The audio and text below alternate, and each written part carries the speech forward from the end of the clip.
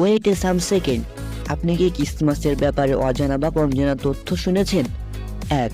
1865 সালে মার্কিন যুক্তরাজ্যকে ফ্রান্স সর্বকালের সবচেয়ে বড় ক্রিসমাস গিফট উপহার দিয়েছিল, আর তা হলো Statue of Liberty. 2. H0H0H0 North Pole Canada, এটি হলো সান্টা ক্লজের অফিসিয়াল ঠিকানা। এই ঠিকানায় চিঠি পাঠিয়ে আপনিও উত্তর পেতে পারেন।